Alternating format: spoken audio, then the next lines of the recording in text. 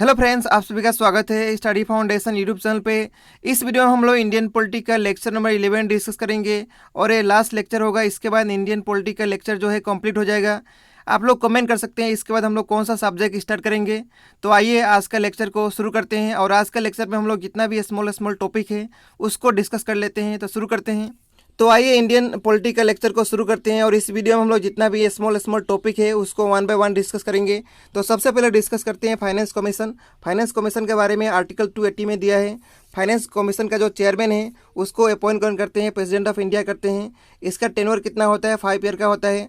At present में जो finance commission है उनका फाइनेंस कमीशन का जो चेयरमैन है उनका नाम क्या है? उनका नाम है NK सिंह, जो कि 15 नंबर का फाइनेंस कमीशन है। ठीक है। इसके बाद नेक्स्ट हम लोग डिस्कस करेंगे इलेक्शन कमिश्नर के बारे में। तो इलेक्शन कमिश्नर का जो आर्टिकल है आर्टिकल नंबर 324 में दिया हुआ है। इसका पार्ट है पार्ट नंबर 15। इलेक्शन कमिश्नर का एस्टैब्लिशमेंट कब हुआ था? 25 जनवरी 1950 ईयर में। इलेक्शन कमिश्नर के अंदर एक होते हैं चीफ इलेक्शन कमिश्नर, जो कि सुनील अरोड़ा हैं, और बाकी दो होते हैं इलेक्शन कमिश्नर। और दोनों का नाम इस प्रकार है। सबसे पहला राजीव कुमार, जो कि नया बने हैं, और नेक्स्ट का नाम है सुशील चंद्रा। ठीक है। म्यूनसिपैलिटी का इलेक्शन और पंचायत के इलेक्शन जो है स्टेट इलेक्शन कमिश्नर कराते हैं, और बाकी जितना भी इलेक्शन है वो कौन कराते हैं? Election commissioner of India. ठीक है।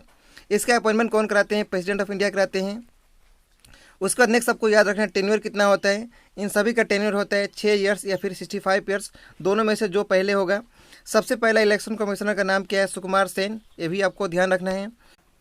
इसके बाद नेक्स्ट हम लोग डिस्कस करेंगे पॉलिटिकल पार्टी के बारे में। तो पार्टी कितना प्रकार का होता है? 3 प्रकार का होता है, सिंगल पार्टी, बाई पार्टी और मल्टी पार्टी। उसके बाद नेक्स्ट पॉइंट हम लोग डिस्कस करेंगे नेशनल पार्टी इंडिया में कितना है। तो इंडिया में टोटल नेशनल पार्टी 8 है। उसके बाद रीजनल पार्टी कितना है? 50 है। और रजिस्टर्ड पार्टी कितना है? 1800 से भी प्लस में है, यानी 1800 से ज़्यादा है। 8 जो नेशनल पार्टी है उसका नाम याद रखना है। सबसे पहले कांग्रेस, बीजेपी तो सबको पता है। उसके बाद नेक्स्ट है BSP, उसके बाद NCP, उसके बाद TMC, उसके बाद CPI, उसके बाद CPIM, और लास्ट जो पार्टी बना था उसका आपको नाम याद रखना है। उसका नाम है NPP। इसका फुल फॉर्म भी नाम याद रखना है आपको। इसका फुल फॉर्म क्या होता है? National People's Party. ये जो है पार्टी, इसका फॉर्मेशन कब हुआ था? 7 जून 2019 में फॉर्मेशन हुआ था। ये कहाँ का पार्टी है? ये नॉर्थ ईस्ट का पार्टी है।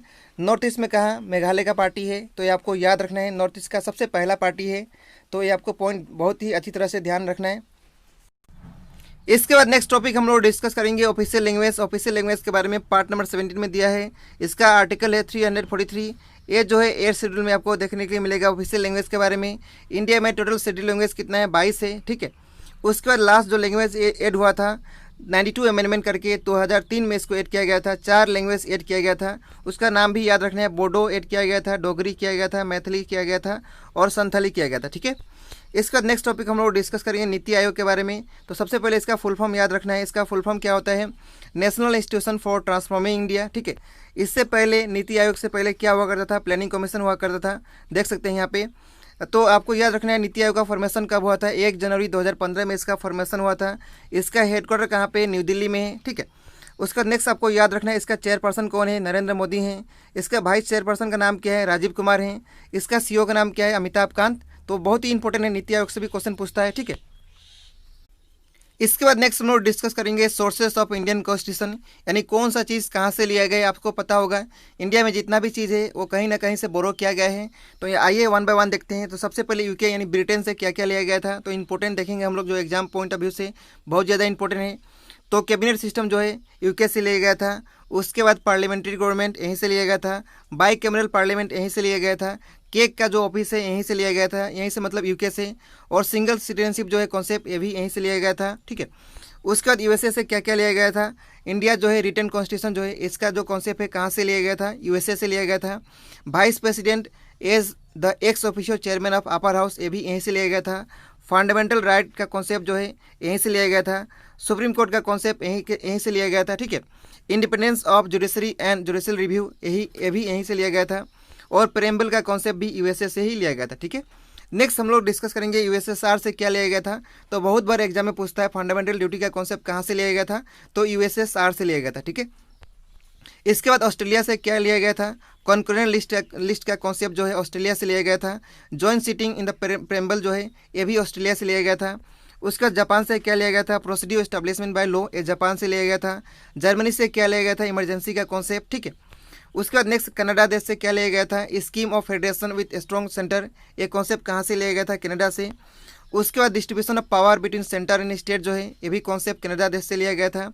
नेक्स्ट जो कि बहुत ही इंपॉर्टेंट है, आइलैंड कंट्री से डीपीएसपी का कॉन्सेप्ट लिया गया था, ठीक है। उसके बाद नेक्स्ट जो है साउथ अफ्रीका से लिया गया था, procedure for amendment of the constitution and election of member of Rajya Sabha, ये कॉन्सेप्ट भी साउथ अफ्रीका से लिया गया था, ठीक है।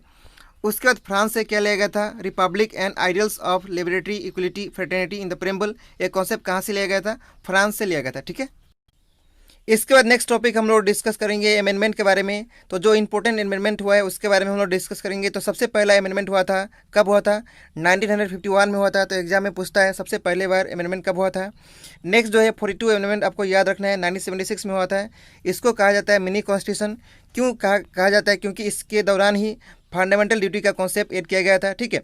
और उसके बाद नेक्स्ट पॉइंट याद रखना है, इसके दौरान ही 3 वर्ड प्रेम्बल में ऐड किया गया था, सेकुलर, सोशलिस्ट और इंटीग्रिटी को ऐड किया गया था। नेक्स्ट आपको याद रखना है 44 अमेंडमेंट 1978, इसमें क्या हुआ था, राइट टू प्रॉपर्टी को डिलीट किया गया था। राइट टू प्रॉपर्टी अब क्या है, लीगल राइट है, ठीक है। तो हम लोग फंडामेंटल ड्यूटी और राइट इसके बारे में डिस्कस कर चुके हैं, ठीक है।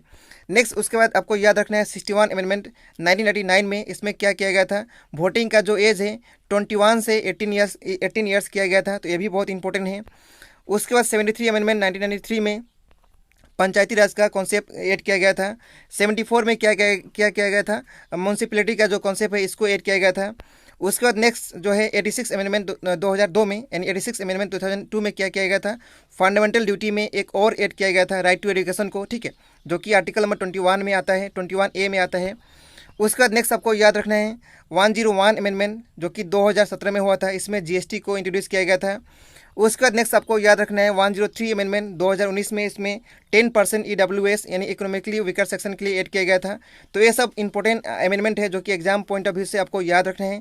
तो इस वीडियो में इतना ही रहेगा और आज से इंडियन पॉलिटी का लेक्चर कंप्लीट हो गया। हम लोग नेक्स्ट वीडियो में कोई और टॉपिक डिस्कस करेंगे। तो वीडियो देखने के लिए बहुत बहुत धन्यवाद। Thank you so much.